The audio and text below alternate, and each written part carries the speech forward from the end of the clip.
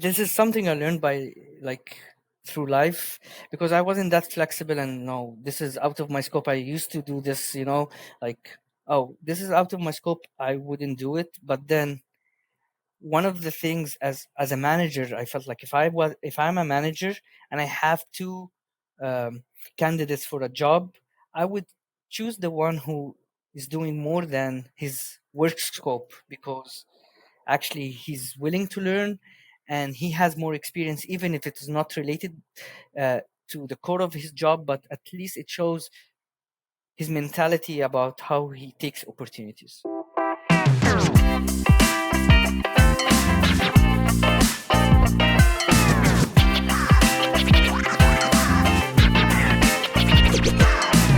Welcome to the Digital Ministry Podcast. I'm your host, Nick, and I'm here today with a friend that I'm excited to catch up with and get an update from him. Raouf Rafla is somebody that I've known for a long time. Raouf, welcome. Thanks for being here. Thank you for this time, and I'm happy to be with you and talk about everything together. Yeah, we first worked together on when I was in Cairo doing some MII trainings. Yeah. And you participated in some of those, which is great. But your background is, I'm just going to run through your background real quick to kind of let people know that you're a legit marketer. So, online marketing manager for IKEA, head of marketing for Decathlon in Egypt, which Yeah. for those that don't know, that's like it'd be like Dick's Sporting Goods in the US, right? Or Yeah. something like that. Yeah, and actually they have a branch in San Francisco. That's the only branch in the US. Oh, really? Yeah. When did that open? I think it was maybe 4 or 5 years ago. Oh, wow. Okay. Yeah, so that's they're making their U.S. debut here, but Yeah.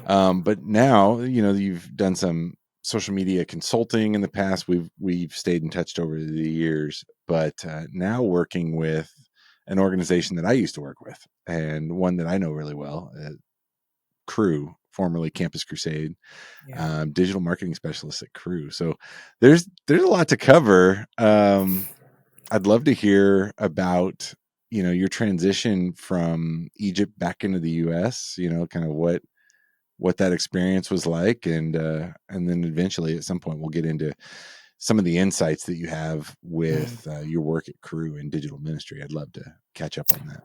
Okay, so yeah, it's an interesting story.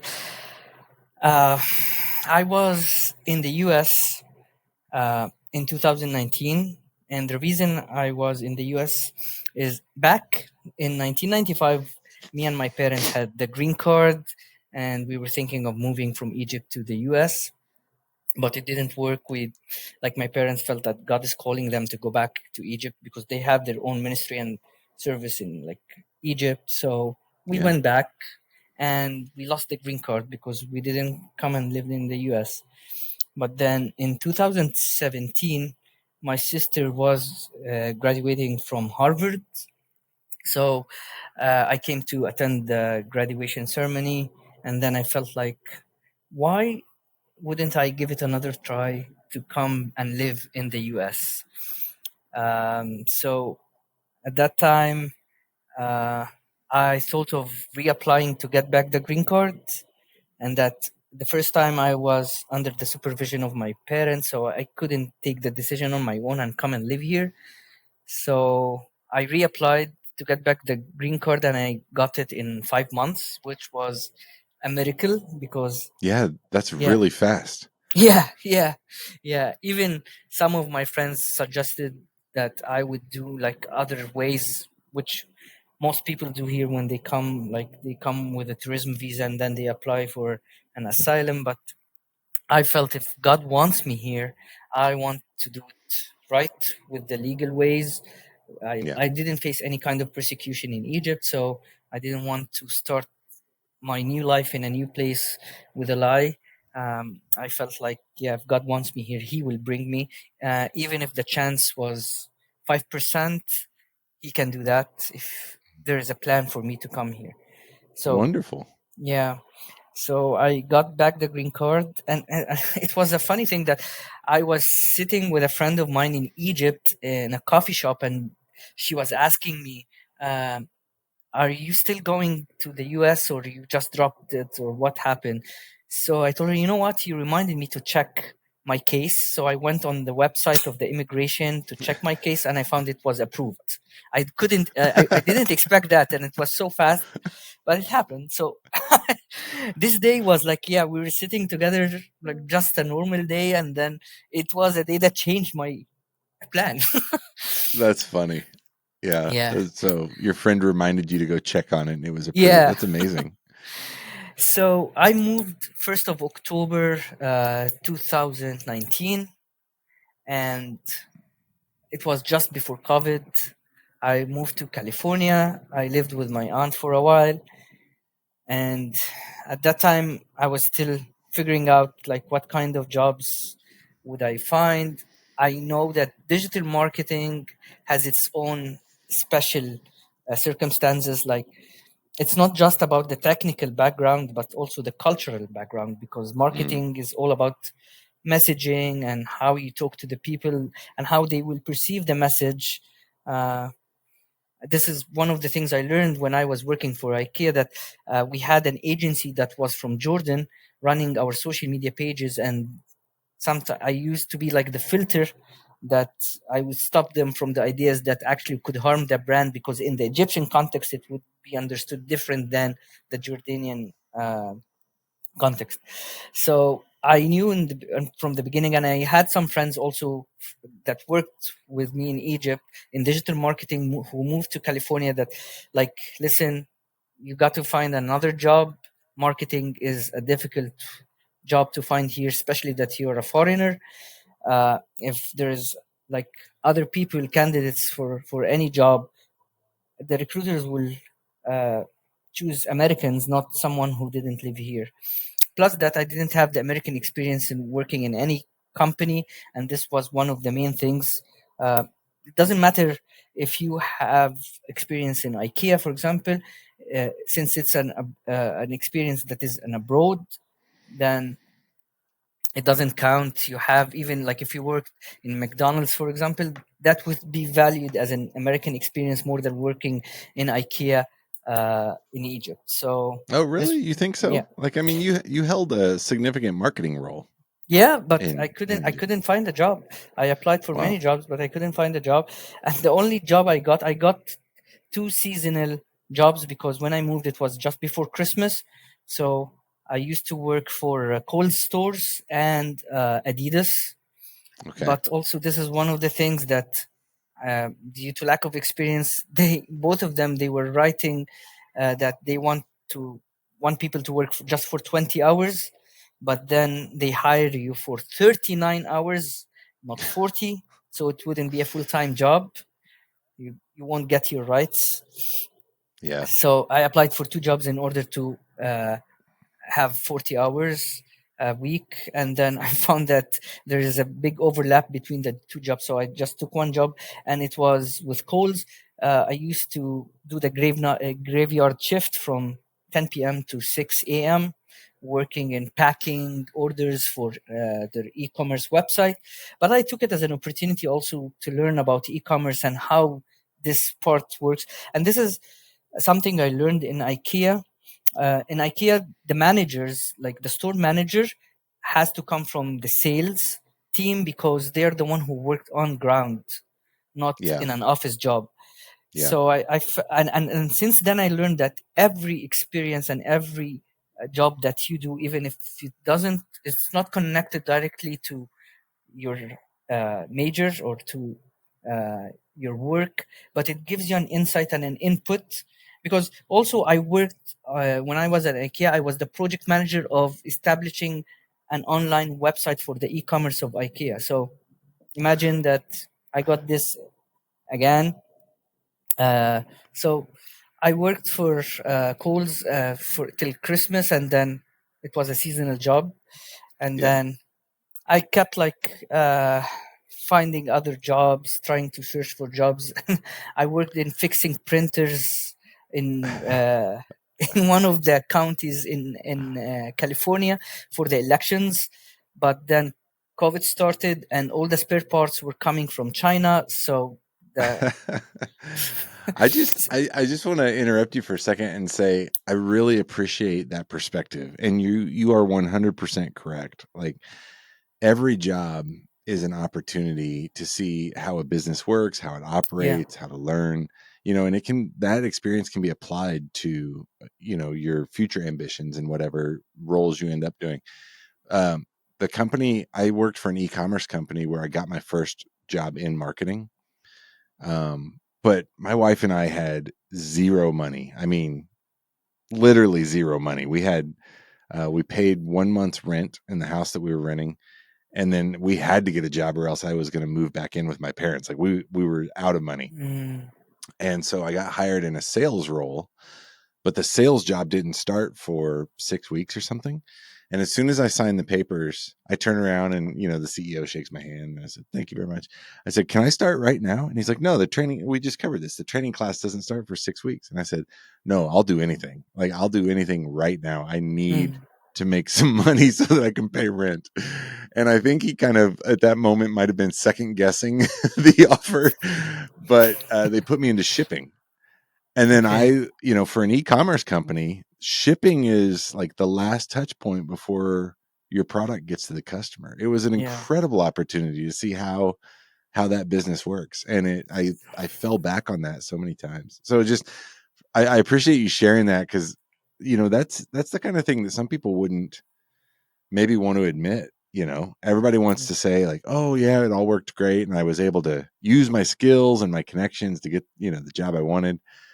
But I think what you've shared there is such an important lesson for so many people, and especially anybody who's young who's listening to this. I hope that they're paying attention, because that is 100% the right perspective to have. So thank you for sharing that.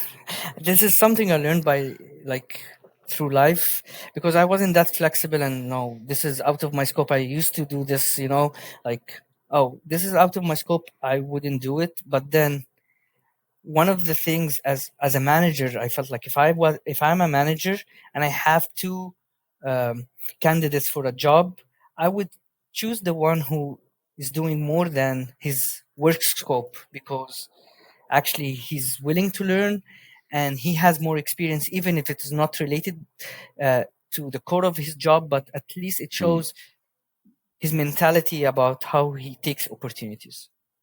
Yeah, that's really good.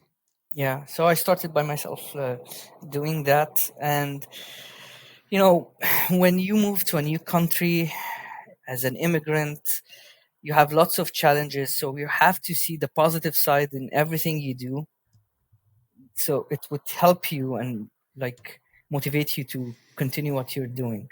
Otherwise you will go back, Yeah.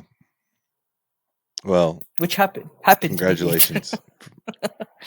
I But it was I because think of COVID. yeah. Wait, you had to go back during COVID? No, I went back 2021. So Okay. what happened is, okay, I lost this job because uh, the spare parts were not shipped to the US, so Right. there was nothing to work on, and it was a contractor job. Um, I moved to Georgia, to Atlanta, where I got job with Dr. Michael Youssef. Right. They have Yeah. Al Malkotsat, which is an Arabic TV, a Christian Arabic TV channel to the Middle East. So I was working with Egyptians, and not just Egyptians. I was working with my friends from Egypt in the US. So it was something like wouldn't happen. Like That's it's a rare special. thing to, yeah, yeah. But my problem was that the job was a media administrator. It was a very routine job, and I recently got diagnosed by ADHD. So just imagine someone with ADHD doing something that doesn't like have any kind of motivation at all. It's a very routine job, and I like to work on creativity. And at this time, I learned like, yes, it's not any challenge that you can take, but you have to respect who you are also. So I stayed with them for 1 year. It was a good time. My my manager at that time He's an Egyptian. He was actually a manager and a leader. I had a good time, like good experience with them. But then I had to leave because I left the job and I stayed in Georgia and I found another remote job. But this job was from home, working from home. So I didn't have anything to do. I Right. work from 9. I wake up, I literally wake up at 8, have breakfast, and then open the laptop, sit on the couch, work from 9 to 5, and then I 500 I close the laptop and there is nothing to do. So I felt Yeah. like what kind of life I'm living, and Yeah. I'm an extrovert.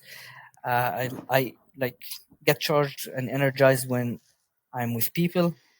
um, so and with social media and you're seeing your friends, especially in summer, seeing your friends are traveling together, enjoying their times, I felt like, why I'm doing this to myself? I'm not working in a job that I was dreaming to work for, uh, and I'm not doing something like uh, that would make me feel like, okay, you can stay because of the job. And I didn't have friends, zero social life, and also the nature of this state, there were not like nothing to do. Um, I was happy in California. I had my friends that I know from Egypt, and there were like many activities, many things to do. But in Georgia, there was nothing plus COVID. So, and it was a remote job also. So I asked them if I can move or work from Egypt, and they said yes, you can do that. So I said, yeah, but since it's a remote job, it doesn't matter. I'm working from Georgia or Egypt. At least I will be with my family and friends. But then things didn't work between us, and they were not clear. They were not straightforward from the beginning. They wanted to take advantage that I moved to Egypt, so they wanted to lower my salary, and I refused. So they terminated the contract after 2 weeks of moving back to Egypt, after we had an Oh wow. agreement that I will Yeah. work. Yeah. But I wasn't sad. I was with my friends, so I was happy that at least I have my family and my friends. And then I got a job in Egypt as a digital marketing manager for a startup company that works in fantasy soccer games and prediction of soccer matches. I did a good job with them. I stayed with them for 1 year, and then I got laid off because of the economical crisis that happened at that time. You know, when Facebook were firing people, and Google and all Amazon and all these companies. Um, so the crisis had an implication also in Egypt, because I think it was due to the Ukrainian Russia war that impacted the economy of many countries, especially that, you know, it was after COVID, people were trying to pick up again, and then this war happened. And startups, and this is the nature of startups, you know, they hire with high salaries, and then they easily fire people. So Sure. Yeah. yeah, so I got laid Part off of the with, game. yeah, yeah. And I was waiting for it. I wasn't shocked when they told me. I was waiting for it because as a business, I saw this coming. Like playing games is not, you know, a mandatory thing. So when crisis comes, this would be the first thing people will take off their list and Right. wouldn't be participating in that. So the point here is, at that time before I got laid off in February. In January, I was in the US because of my green card, so I had to come to visit every now and then. And in that time, before coming, I actually got to know my wife, which I'm married today. Um, the point is, yeah, we met each other on a dating app, and I was seriously thinking about moving back to the US. But at that time, I was still like, things were not clear. So we met together on the dating app, and then she told me, "Listen, I want to ask you a question. I see in your profile that it says Cairo. So is there any Cairo in New York? Because I was coming to New York, and she lived in New York. So I told her no. So she asked me, okay, so let's make it clear. Your mail goes to Cairo, Egypt. I said yes. So she told me, okay, listen, I have to be upfront with you. I'm not interested in a long distance relationship. And I told her, yeah, I totally understand. But we have been talking for a while. So I told her maybe the dating didn't work, but friendship would work. And Mm, as you know, many people, they don't want to have friends from dating apps, but we we kind of clicked. So she told me, okay, when you come to the US, let's meet. And she told me after that she felt like, yeah, if you followed up, and I'm sure that you will not follow up, so things will not happen. But I followed up, and when I came in January 2023, I actually messaged her and we met, but it was all from a friendship intention, nothing right. more, because it was, yeah, logic for both of us. I don't have a clear plan if I'm moving back to the US, and she is not interested in a long distance relationship, and me too. I don't want to get attached to someone with a 7 hours difference, and it Sure. would be hard Yeah. to manage that. So we met, and it was a nice time. In New York in January, it was very cold, but we met for 4 hours in Bryant Park in the cold weather. Yeah. Oh, wow. Yeah, Outside? yeah, outside. Yeah, Oh, wow. yeah. But it was a good time, as if we have known each other for years. So Oh, uh, amazing. yeah, it was an amazing time. And then I went back to Egypt. I got laid off from my job in February. So that was like 2 weeks after I came back from the US.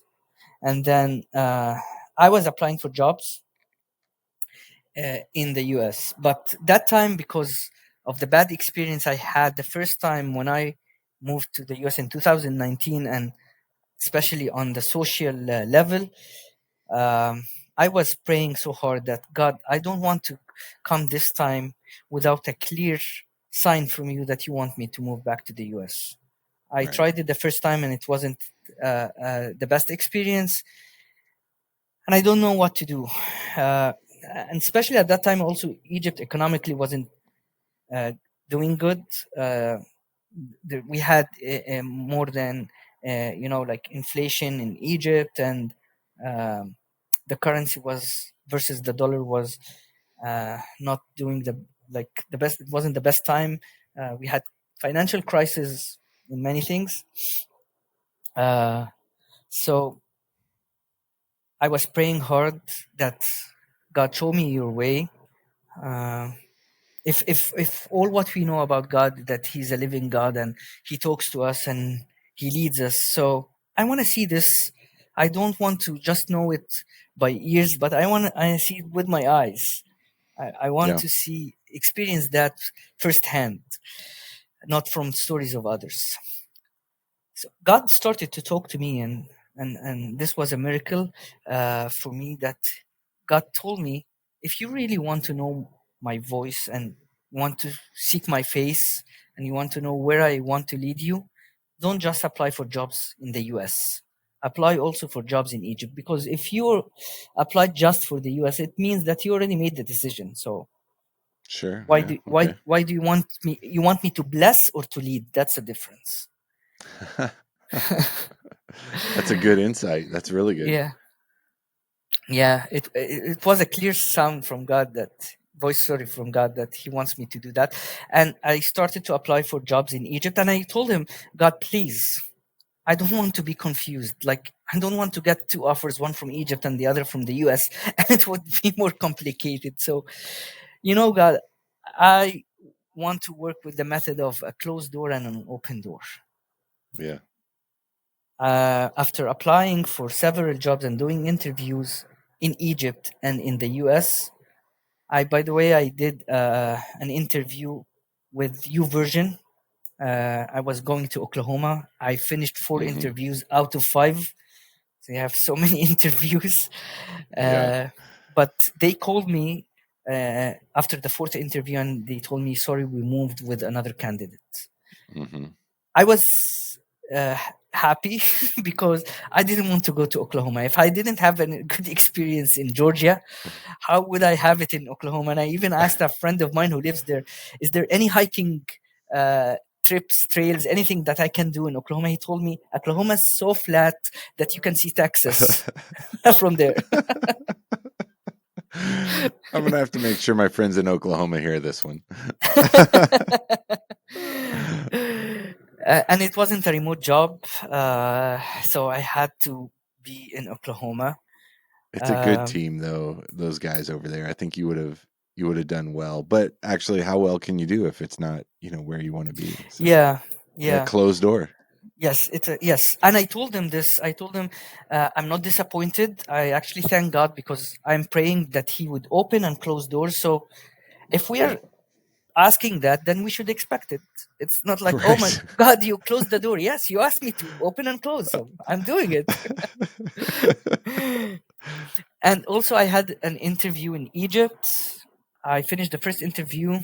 They didn't get back to me, so I emailed them, and they told me, yes, sorry, we hired someone else. And I later knew that they hired the guy who worked from the agency side, which is logic that he knows the brand more than me. And then I got the offer from Crew. Mm. So when I got the offer from Crew and I got rejected, and it was within days between both of them. I actually got the offer from Crew, and then I messaged them. I messaged the company in Egypt that I did the interview with, just to like see if the closing and open doors are working or not. And I found, yeah, sorry, you got rejected. And this was the best rejection I ever got in my life, because I looked up into the sky and I felt like, thank you, God, thank you that you made it clear for me. Yeah. At that time, I was talking to my wife, Vanessa, and 2-3 days before getting the offer from Crew, she told me, listen, at that time we were just talking as friends, but I remember it was an interesting thing that happened in Egypt. Back in Egypt, when I was going to visit, I was visiting a friend of mine. Like, we had a summer vacation, so I was going to his summer house, and on the way I was driving alone. So I prayed that, God, I don't have a clear plan, but I like Vanessa, but I cannot commit to anything. I cannot tell her anything. But if she's the one, move her heart. And I know that we as men should take actions. God doesn't take an action on behalf of us, especially when it comes to marriage, because it's a part of being a man that you take the first step. But with my circumstances and the tools and the givens I have, I couldn't take an action. Actually, if I took an action, it means that I'm promising someone with something that I cannot do. So I asked God, like, if you can take this action, because things are not clear. And I remember I was praying this prayer on the 14th, on the 17th of April. And at that night, she sent me, how is your weekend? And this was the first time we start to talk out of the blue. Like, there's nothing. We used to comment on stories on Instagram for each other, and this is how we initiate a conversation. But this was purely out of nothing that she sent me this. And I remember since this day, we started talking every day for a long time. And I was looking for a job, so I had time to talk. And with the time difference, I used to stay till 6 a.m. talking, FaceTiming. But then I told her, listen, I don't have a clear plan, so let's guard our hearts. Let's just talk as friends. And if something happened, if I got a That's a job, great way to get a girl to fall in love with you, by the way. Yeah, she told me at that time, do you want us to stop talking? I told her, no, friendship is the base even if we want to date, we have to be friends in the beginning. So That's really let's good. invest the time, not waste the time of not talking to each other. And then when I get a job offer, we start with the friendship part. Let's use this time to finish the friendship part. Yeah, yeah. So yeah, after 1 month of talking, she told me, listen, if you got a job anywhere in the US, I would be happy that we date and get into be in a relationship together. 2 3 days later, after she said this to me, I sent her a message during her work time. I told her, do you have time to FaceTime with me? She said yes. And then I told her, listen, I got a job offer. So I'm coming. Ah, nice. Was she happy? Yes, she was happy. She was happy and felt like, oh, it's getting serious now. Yeah, now it's a different thing. That's funny. Yeah, yeah. Oh, that's So great. yeah, so I got the job offer, and then even like my plan was I will go to Orlando first, and then settle, and then see how the dynamics of this relationship, how we're going to see each other. She's in New York, I will be in Florida. So what happened is I was booking my trip, and then I found that there is no direct flights to Orlando. The flight, Yeah, I have to take a flight from Egypt to New York first. yeah. So I called her. I told her I'm coming, and I have to pass by New York. So are you willing to see me? We can see each other like 3 days before moving to Orlando. So she said, "Why are you coming?" I told her, "Okay, yeah, to see you." She was like trying to understand, like everything is happening so fast and unexpected. Right. You know, from a no plan to a concrete plan. I have a job. I'm moving, and yeah. So we met those 3 days before joining crew, and the strange and good thing also is that my manager from crew, um, he told I called him before joining crew, just to arrange things together, and I told him, uh, you know that there is a story behind coming here, that God wanted me to come here.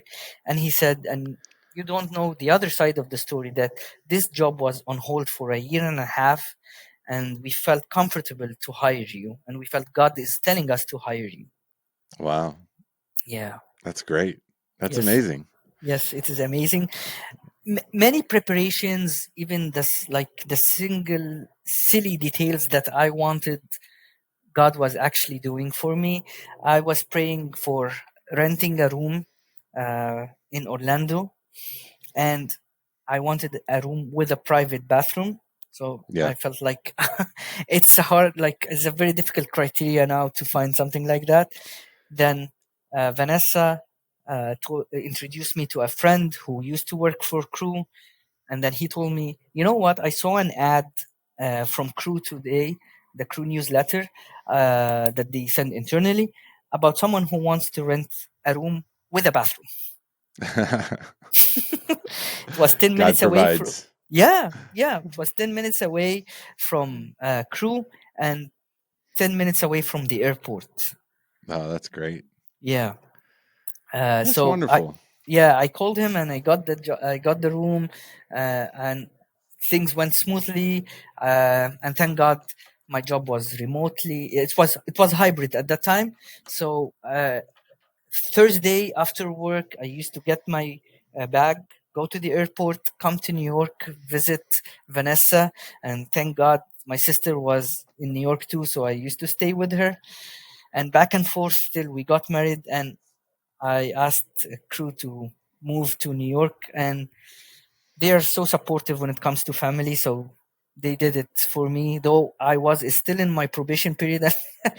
My manager said at that time, like, well, so you just came to the US and you just had a job, and you just started dating, and now you're getting married and you want to change your contract. That's so fast. Yeah. You're like, I know what I want. Yeah. That's good Yeah. though. That's good. Yeah. Well, I'm glad it's working out well. And so how long have you been at Crew now? I finished actually the past couple of weeks. Like, yeah, I finished my first year. Okay. Yeah. Congratulations. Yeah, thank you. So I love that story. I think this is the first love story that we've had on this podcast. So I really appreciate you sharing that. Um, tell me a little bit about what you're working on at Crew right now, and what you're seeing. How are your marketing experiences from the past being used for ministry today? Yeah, it has been an interesting journey because um, as an Egyptian immigrant who comes to work in marketing uh, in the US beside Crew, this was a challenge for me. And since day one, I prayed that God, I want you to use me and I want to excel in what I'm going to do. I was Mm, so hungry for a challenge in a new country because I launched two multinational brands in Egypt, IKEA and Decathlon. And the reason I wanted to come to the US because I felt like, yeah, this is the real challenge here in marketing. So I wanted to come here, and the opportunity for me was what I was looking for since I left Egypt. Uh, so in Crew, coming from a multinational background, it helped me. Um, it helped me in the way I see things and also filling some gaps uh, at work. Um, you know, uh, Things are not always perfect. Um, we might have shortage in graphic design. We might have shortage in copywriting. uh, I didn't see these as obstacles, but I actually took it as a challenge for me to grow. The same thing, the same mentality I had when I worked for cold stores as in the e-commerce collecting orders. I said, you know what? The challenge here in the US is so difficult and it's so competitive. The more things you know, the more things you do with your hands, actually, the more you're like have more points versus others. So I took this as a challenge and I started um, having my tools in order to accomplish the job. So, for example, for the copywriting, I used ChatGPT, and it helped hmm me a lot in coming up with creative ideas. Um, for the graphic designing, I use Canva, so I come up with designs. Maybe they are not the perfect thing because this is not my background, but at least like I'm taking the initiative, taking the opportunity to do something else. Canva has gotten so good. Yeah. I think Canva's incredible right now. Yes. Yeah. Um, so yeah, started working on a whole campaign. Now I'm like when I have a campaign, I work on starting from the pixel installation, which I learned by myself. Even the Facebook ads when I was in Egypt, I learned it by myself from videos on YouTube and social media and every social media. When I started working in social media, it wasn't like a major in colleges. Nobody studies social media, but I studied through learning, through marketing, IKEA, and all of this was helping me to actually put me where I am today.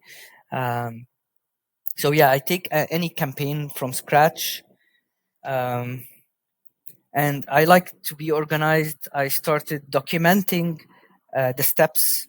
I started even documenting like the numbers we get, so I know the cost per registration, I know the cost per viewership.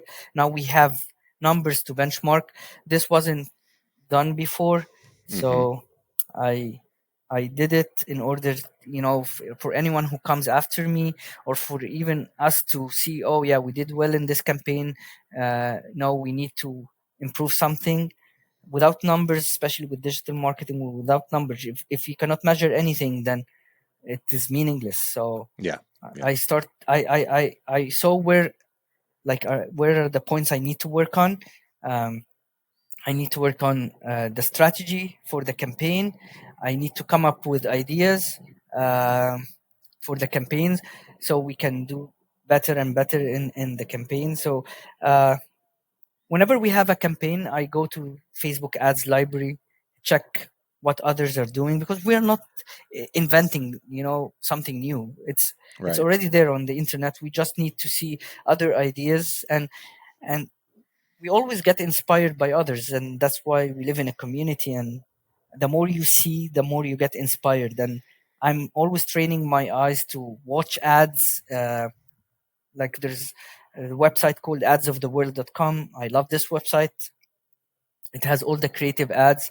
It enriches your body and your brain to get to know more about what others are doing. So when you have an ad, when you have a campaign, you feel like you're mixing, things from ads you have seen before. Right. Yeah. So So tell me a mm, little bit about, for those who don't know about Facebook ad library, tell me about how you use that. Like, how do you approach that body of work? so Facebook ads library, it has ads from different companies, different countries, different types of ads, even like videos or pictures. So what I do is I go search, for example, if we have an ad for a campaign for a new book release, for example, then I go Mm-hmm. and see what others are doing for book. I can search by topic or I can search by brand. So I search like buying books, book release, things, keywords like that, that gets me ads. And also I do on Google Images, I search for ads too. So I get a mix of between Facebook ads and um, Google Images, and then I come up with the idea. Like I pick and choose and mix things, and I come up with the ideas. I actually do the whiteboard on Canva. I love using this whiteboard because I pin all the ideas with the images and everything. And sometimes I use also Pinterest. It's a source of inspiration Yeah, to come up I've with done the other same. ideas. Mm, I like Pinterest for that use, actually. yeah, yeah. Yeah, that's good. I haven't heard anybody talk about that in a while, so I think that's a great insight. So what what are you looking for in terms of results from these campaigns? So like a book release. Yeah, I'm intrigued about what you said about if we don't have numbers and we're not Mm. looking at the data for the results, then what are we doing? So for most of your campaigns that you're working on now, I mean, what's the end goal, or how are you evaluating success? Uh, I always, when we do an ad, when someone comes to me, any ministry comes to me, like, we want to do an ad. Okay, what is your objective? Hmm. If there is no objective, then why are we doing the ad? Uh, It's great. Right out of the gate. Let's start with the most important thing. Yeah, it's good. yes, yeah, and sometimes I actually change the objective because of like the budget or duration. So, for example, if we have a campaign for 1 week and they want donations, I feel like I don't think 1 week would be enough, but we can have awareness. So the spread of the ad would be actually more than a conversion campaign. So we talk about the objective in the beginning, what we want to do, how we can do it, what are the tools we have, and then um, I measure the success by, like, if this I worked with ministries that didn't have, like, didn't do any campaigns before. So when they tell me, like, is this good or bad, I tell them, okay, that's the first campaign. Now we have the Right. numbers. Yeah. Let's benchmark on these numbers. If we did better, then that's a new benchmark. If we did less, then it's a bad results. Like, but if we did the same, then we're on the right track. So um, it's okay. We don't have the knowledge, but we're building it, and that's why we do campaigns and testing. And thank God, the culture in crew actually is one of the best when it comes to testing. Yeah. Some companies say, "Oh yeah, we support you and like you can test," but then if something failed, they judge you. No, Right. in crew they are serious when they want. And I was in a meeting and I told them this. I was in a business meeting and I told them, I really love that you encourage. It's okay to fail. It's okay because it's not a failure. Failure is when we stop trying. But when we try something and it didn't work, it doesn't work, then it gives us the knowledge of the info. Like this knowledge is for money. That okay, yeah, this will not work with us. Yeah, we had campaigns that we had to stop because of the creative or something that was blocked by Facebook, and we learned and we said, okay, for the next time we shouldn't do this. Right. How come we can learn, like, everybody would give you the best scenarios of how to do something, but then in real life this is where you learn, Right. not by theories. And especially in marketing, it's not about the certificates or your knowledge, it's about the actual execution. Did you do this or not? Right. That's right. Yeah. Yeah. I find myself getting frustrated with people that want to talk about digital marketing, but they're not actually doing the work. Yeah. And it changes so much. I think that you have to, even if you're a manager, I think you have to somehow find a way to stay engaged with these tools and with the work, to stay relevant. I mean, Yes. relevance, not even a full idea here. It's like, how can I lead a team if I don't understand kind of the challenges and the innovations that the team is trying to deal with, within the platforms. Yeah. So Yeah. I love that how you said that is, you have to do the work. There's no Yeah. substitute for it. Yeah. And when you have a culture that like encourage you to, oh yeah, test and see Yeah. and come back with the results. We had this with one of the ministries and it worked. Like we had phase one of testing, and we did the testing, we discussed the results, and then we did phase two, and then we came up with conclusion. Okay, from test one and test two, then here our learnings, and here what we should do, and here what we shouldn't do. And this is how you build information, especially when you work with people that are not familiar with digital marketing. And people think that digital marketing is the easiest way to do things for free and get likes. I The had easiest way to waste a lot of money. yeah. No, I had this when I worked in Decathlon. I had very hard time with convincing the management of the importance of advertising.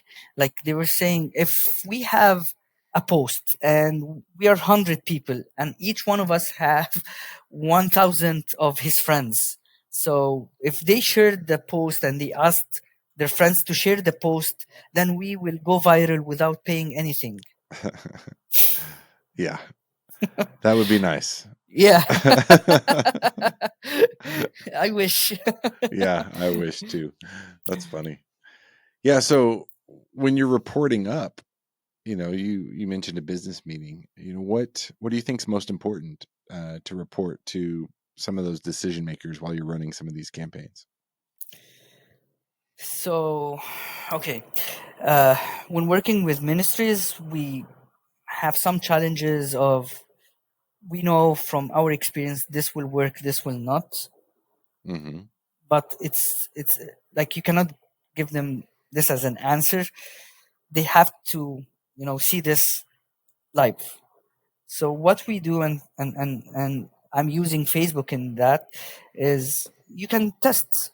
And for example, if we disagree about create a creative, I feel that this creative is irrelevant, or it will not work, but they see that no, it will work. Okay, then let us have the two creatives, run them with the dynamic ads, and Facebook, based on the performance, will pick the best one.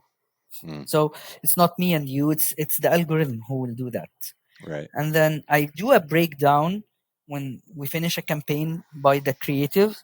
I do a breakdown by age group. Like, yeah, when I did a breakdown by the age group, okay, we want to target uh, this age, and we are having, like, our ads actually are performing better with another age. So then we need to see where is the missing point. Maybe it is in the creative, maybe it's in the message Right. or the language we're using. But analyzing everything and breaking down an ad to see what we did is actually a way to measure things. And we had campaigns where we decided we don't want to be above the cost per registration would be above a certain amount, and we achieved that. Um, and and now with Facebook ads, actually, sometimes I try the no criteria. You know, the AI is getting more mature, and it was Okay. delivering good results. Yeah. And I used to test it The versus the lists we have or like the interests we are targeting. hmm Do you trust the algorithm these days? By numbers, it's performing. That's a diplomatic answer, it sounds like. I mean, uh sometimes I get concerned that the algorithm is putting us in front of an audience that it thinks we want, but is not really who we're trying to reach. But you would be able to spot that if they're not converting. Right.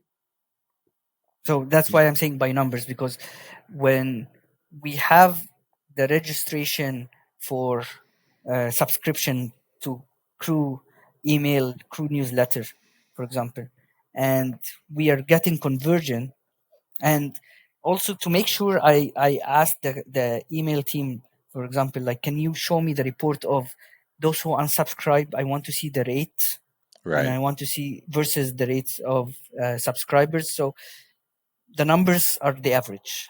Right. So if it was a phenomenal thing, like, oh, it spikes, like there are spikes in the graph, then it means it's not the right audience, then the algorithm is not working. Right. Yeah, that's really good. That's good insight. How many people are on the team that you're working with right now? We are three, and my manager is like we're four, Yeah, but with my manager, yeah.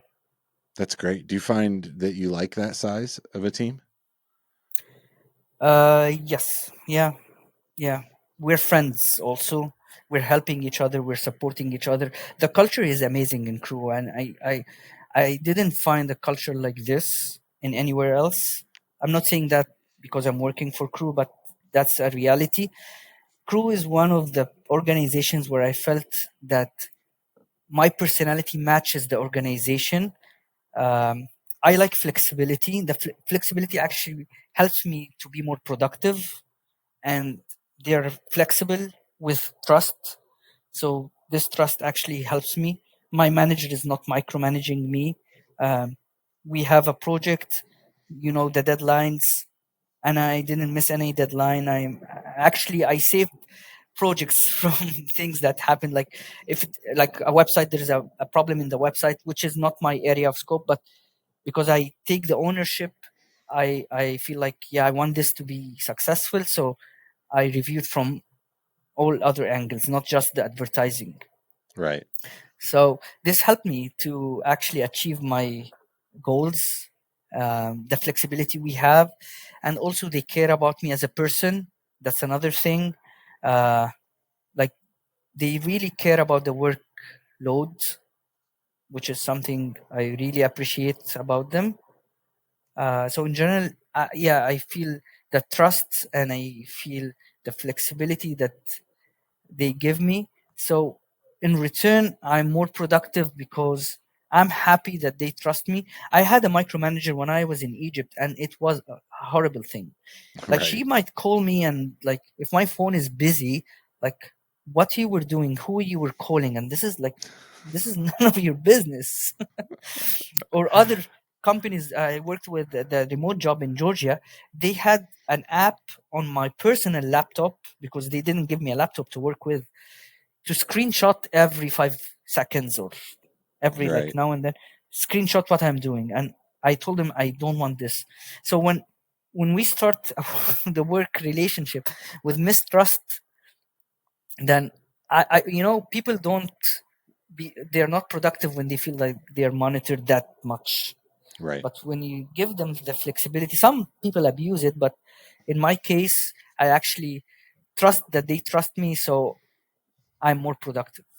Well, I think just in this conversation, you've shown a level of integrity that I think is refreshing. I mean, all the way back to applying for a green card, uh, without using false pretenses, and look at how that was rewarded, to see that issue in 5 months. Yeah. It's, I think it's been an incredible conversation. Like I said, it's the first love story we've ever had on the podcast, but I do appreciate just sharing your perspective of that immigration journey, the relationship with your wife, how that blossomed. I think that one of the greatest things that you've shared is how, kind of the hustle, and the work that it took to land in a good place like you're in now, and praise the Lord for bringing you to Crew and bringing you to this position, but also just the insights that you've shared about, how are you looking at advertising? How do you look at marketing? How do you support these teams well within your organization that are coming to you and saying, here's the objective, or maybe they don't know what it is, but you're helping to guide them to success. It's so good. And I'm happy for you. I'm proud of you, and Thank you. encouraged by what you've shared today. Thank you. Thank Appreciate it. you. Thank you for your words. Yeah. Yeah. Maybe one thing I would like to add, that working with other ministries in Crew, it's not a client agency Mm, relationship, but it's more of a friendship. I developed some friendships from working with other ministries, and as an extrovert, I love this. I love helping people, teach them what I know. I don't like people who have an info and they don't want to share it with it. I feel this comes out of insecurity. But if you, yeah.